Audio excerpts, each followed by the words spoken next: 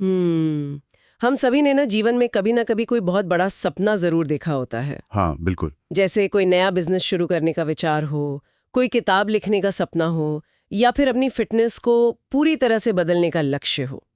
शुरुआत में कमाल की ऊर्जा होती है, एक अलग ही उत्साह होता है। हाँ, वो शुरुआती जोश। बिल्कुल, वो जोश। लेकिन फिर असलियत सामने आती है, मुश्किलें खड़ी होती हैं, लोग सवाल उठाने लगते हैं, और जो नतीजे हम तुरंत देखना चाहते हैं वो मीलों दूर तक कहीं नजर नहीं आते। सही बात है। तो ऐसे वक्त में जब सब कुछ खिलाफ लग रहा हो, तब मैदान में डटे रहना इतना मुश्किल क्यों हो जाता है?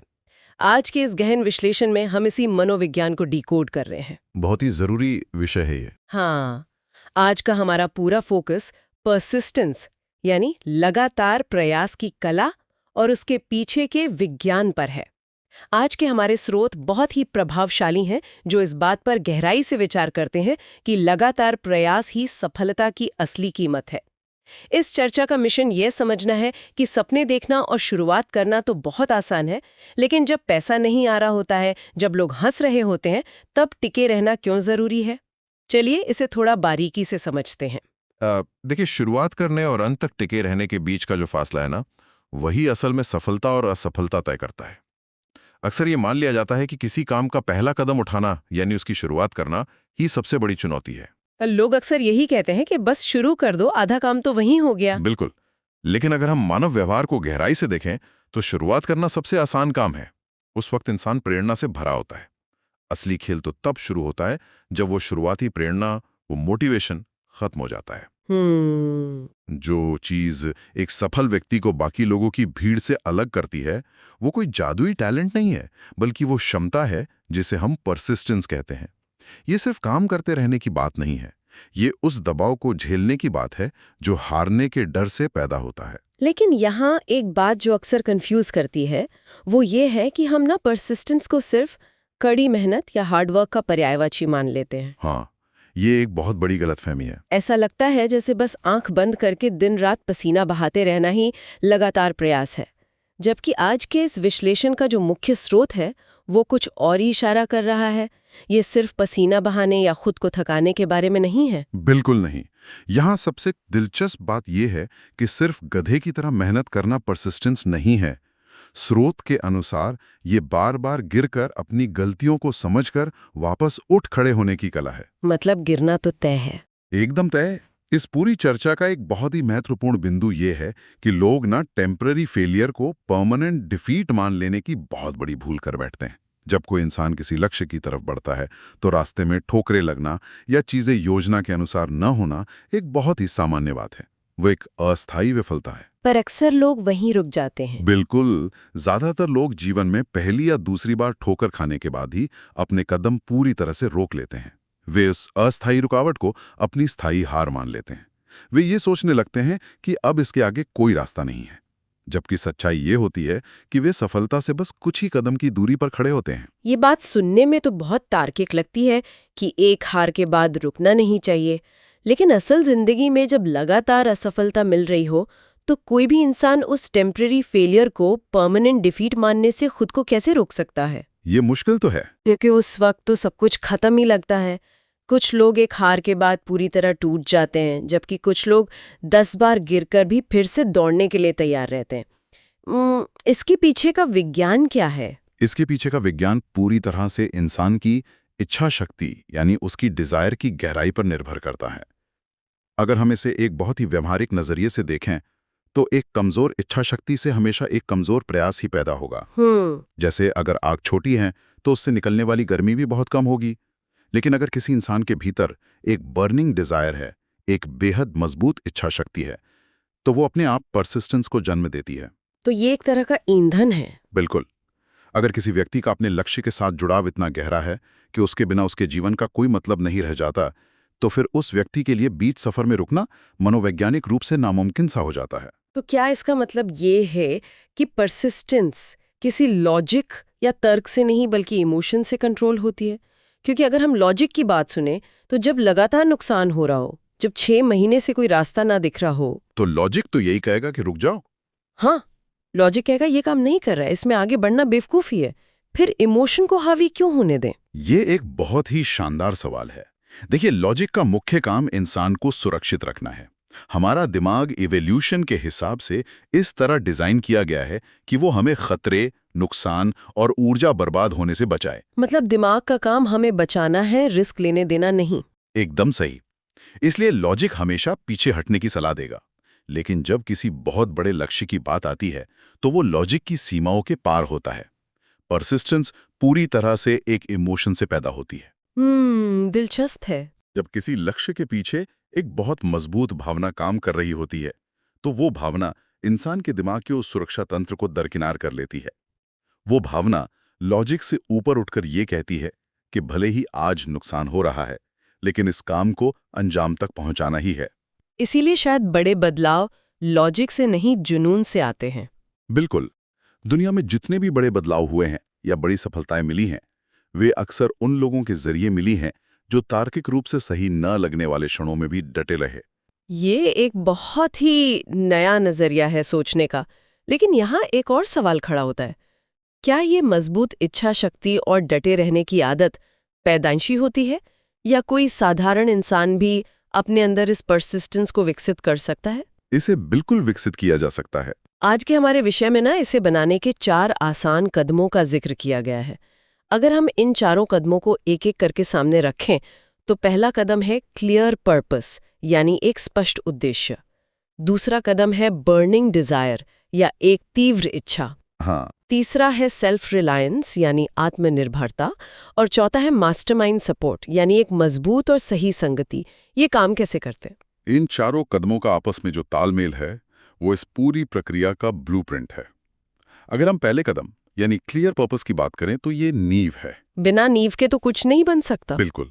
जब किसी इंसान को ये बिल्कुल साफ होता है कि उसे जाना कहाँ है, और सबसे जरूरी बात कि उसे वहां क्यों जाना है, तो रास्ते में आने वाली बड़ी बड़ी मुश्किलें भी अचानक से बहुत छोटी लगने लगती हैं। क्योंकि उन्हें पता होता है कि मंजिल क्या है। हाँ। अस्पष्टता हमेशा दिमाग में डर और भटकाव पैदा करती है, लेकिन स्पष्टता इंसान को उस डर से लड़ने की एक अचूक ताकत देती है। इसके बाद जो दूसरा कदम है बर्निंग डिजायर, वो स्पष्ट उद्देश्य की तरफ बढ़ने के लिए ईंधन का काम करता है। बिना ईंधन के एक अच्छी गाड़ी भी कहीं नहीं जा सकती। उद्देश्य और इच्छा शक्ति तो समझ आते हैं। तीसरा बिंदु जो सेल्फ रिलायंस या आत्मनिर्भरता का है, वो भी तार्किक लगता है कि इंसान को अपनी क्षमताओं पर खुद भरोसा होना चाहिए। लेकिन मुझे चौथे बिंदु को लेके थोड़ी उलझन है। मास्टरमाइंड सपोर्ट को लेकर? हाँ, अगर कोई व्यक्ति पूरी तरह से आत्मनिर्भर है तो उससे आसपास के लोगों के इस नेटवर्क या मास्टरमाइंड की जरूरत क्यों है? क्या आत्मनिर्भरता और बाहरी सपोर्ट में एक तरह का विरोधाभास नहीं है? देखने में ये विरोधाभास लग सकता है, लेकिन असल में ऐसा नहीं है। इंसान का दिमाग और उसकी ऊर्जा असीमित नहीं होती। एक इंसान अकेले कितनी भी कोशिश कर ले, कितना भी मजबूत क्यों ना हो, एक समय ऐसा आता है जब उसकी मानसिक और भावनात्मक ऊर्जा कम पड़ने लगती है। मतलब बैटरी डाउन होने लगती है। बिल्कुल। मास्टरमाइंड सपोर्ट का अर्थ ये नहीं है कि कोई और आपका काम करेगा। इसका अर्थ यह है कि इंसान के आसपास ऐसे लोगों का एक समूह हो जो उसकी सोच, उसके जुनून और उसके लक्ष्यों के साथ फ्रीक्वेंसी मैच करता हो, जो उसे गिरने न दे। सही कहा। ऐसे समय में जब अकेले इंसान का हौसला टूटने लगता है, तब ये मास्टरमाइंड ग्रुप उसे वापस ट्रैक पर लाता है। वे एक ऐसा माहौल तैयार करते हैं जहां हार मान लेना कोई विकल्प ही नहीं बचता। माहौल का असर वाकई बहुत गहरा होता है, और यहाँ बात सच में बहुत दिलचस्प हो जाती है। इसी सफर में एक ऐसा मोड़ आता है जिसे सफलता के रास्ते का सबसे खतरनाक पल कहा जा सकता है। सबसे खतरनाक पल? हाँ, वो पल जब इंसान जीत के बिल्कुल करीब खड़ा होता है, लेकिन उसे पता ही नहीं होता कि सफलता बस एक कदम दूर है। इस बिंदु को समझने के लिए स्रोत में उस मशहूर गोल्ड माइनर्स की कहानी का जिक्र किया गया है। हाँ, वो सोने की खदान में काम करने वालों की कहानी। वो मानव मनोविज्ञान का एक बहुत ही गहरा सच उजागर करती है। बिल्कुल, वो कहानी काफी आंखें खोलने वाली है। कहानी कुछ इस तरह है कि कुछ लोग एक जमीन पर सोने की तलाश में खुदाई शुरू करते हैं। वे हफ्तों तक, महीनों तक दिन रात मेहनत करते हैं। बहुत सारा पैसा और ऊर्जा लगाने के बाद भी जब उन्हें कुछ नहीं मिलता तो वे बुरी तरह निराश हो जाते हैं। जो कि बहुत स्वाभाविक है। हाँ, उन्हें लगता है कि ये जमीन ही बंजर है या उनकी किस्मत खराब है। वे अंततः काम रोक देते हैं और मशीनें बेचकर चले जाते हैं। लेकिन जब कोई दूसरा व्यक्ति उस काम को आगे बढ़ाता है और सिर्फ कुछ ही फीट और खुदाई करता है तो उसे सोने की एक बहुत बड़ी परत मिल जाती है। सिर्फ कुछ ही फीट पर? हाँ, पहले वाले लोग सफलता से सिर्फ कुछ ही फीट की दूरी पर थे, लेकिन उन्होंने ठीक उसी वक्त हार मान ली। ये कहानी सच में रोंगटे खड़े कर देने वाली है।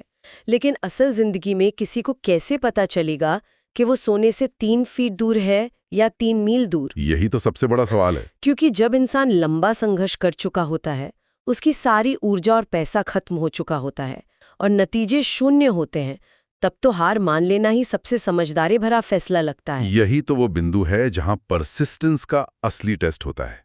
किसी को भी ये पता नहीं होता कि वो कामयाबी के कितने करीब है।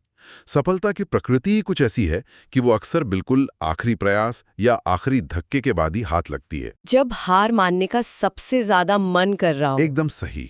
जब इंसान को लगता है कि वो और एक कदम भी नहीं चल सकता, जब दर्द अपनी चरम सीमा पर होता है, वही वो पल होता है जो तय करता है कि व्यक्ति इतिहास रचेगा या एक गुमनाम जिंदगी जिएगा।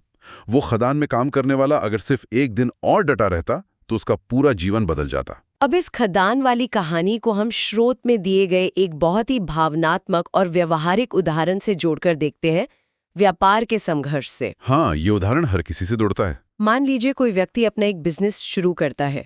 वो बहुत उम्मीदों, बहुत सारे सपनों के साथ शुरुआत करता है, लेकिन पहले महीने में उसे सिर्फ नुकसान का सामना करना पड़ता है। वो सोचता है कि चलो शुरुआत है। दूसरा महीना आता है, स्थिति वही रहती है। संघर्ष बढ़ता जाता है। फिर तीसरा महीना भी संघर्ष में ही बीत जाता है और बैंक बैलेंस खत्म होने लगता है। अब आसपास का माहौल बदलने लगता है। जो दोस्त शुरुआत में हिम्मत बढ़ा रहे थे, वे अब कहते हैं कि शायद ये तेरे बस का नहीं है, इसे छोड़ दे।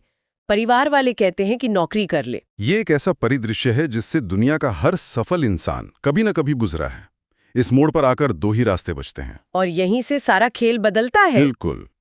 यहीं से एक आम इंसान और एक असाधारण इंसान का रास्ता अलग हो जाता है।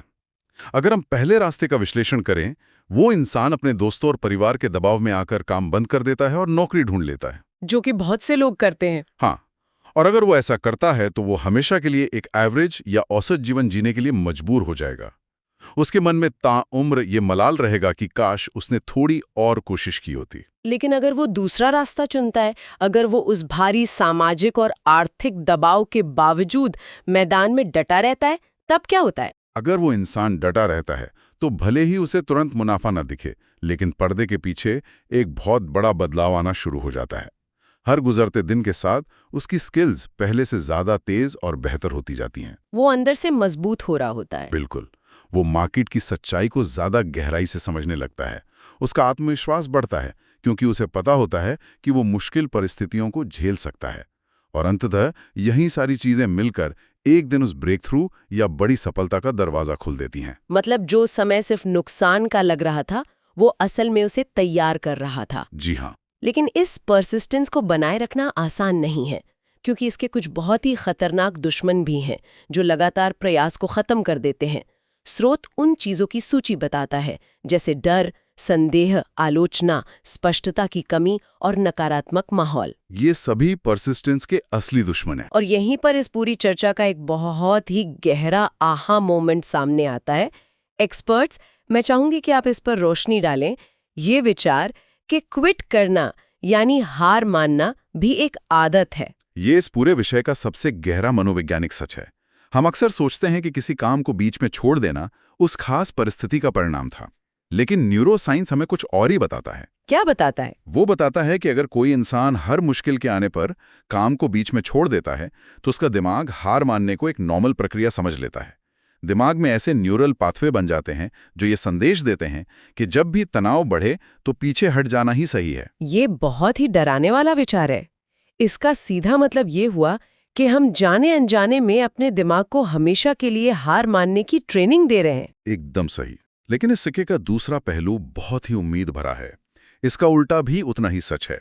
अगर कोई ये तय कर ले कि मुश्किल चाहे जो भी हो वो डटा रहेगा, तो दिमाग की मेंटल मसल्स यानी मानसिक मांसपेशियां मजबूत होना शुरू हो जाती हैं। जैसे जिम में शरीर की मांसपेशियां बनती हैं। बिल्कुल वैसे ही मानसिक मांसपेशियां भी केवल ट्रेनिंग और अभ्यास से ही बनती हैं।